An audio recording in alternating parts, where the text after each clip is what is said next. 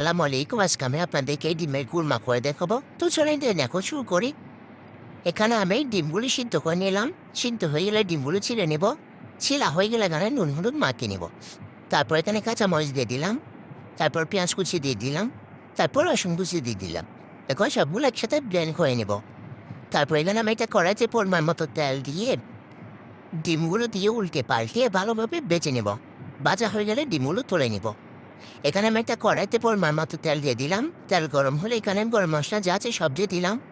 তারপর এখানে ব্লেন্ড করা পেঁয়াজ রসুন আর কাঁচামরিচ দিয়ে দিলাম, ভালোভাবে নেড়ে ছেড়ে নেব। এখানে আমি মরিচের গুঁড়া হলুদের গুঁড়া আর ধনিয়া গুঁড়া দিয়ে দিলাম। তারপর পরিমাণ মতো লবণ দিয়ে দিলাম। এখন ডিমগুলো দিয়ে দিব। এখন ভালোভাবে নেড়ে ছেড়ে নেব। তারপর এখানে কাঁচামরিচ দিয়ে দিলাম। যদি আমার রেসিপিটা ভালো লাগে প্লিজ পেজটা ফলো করে দিবেন এবং লাইক কমেন্ট করে পাশে থাকবেন। এখানে ব্লেন্ড করা টমেটো দিয়ে দিলাম।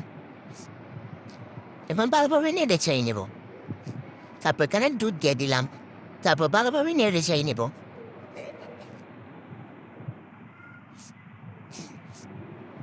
তারপর এখানে বাদাম বাটা দিয়ে দিলাম। দেখতে পাচ্ছেন আমার ডিম কুরমা রেডি। তারপর এখানে পেঁয়াজটা দিয়ে দিলাম। এখন আমি আপনাদেরকে পরিবেশন করে দেখাবো। এটা দেখতে যেমন সুন্দর হয়েছে খেতেও তেমন মজা হয়েছে। আজকে ভিডিওটা এখানে ছিল। সবাই ভালো থাকবেন, সুস্থ থাকবেন। আল্লাহ হাফেজ।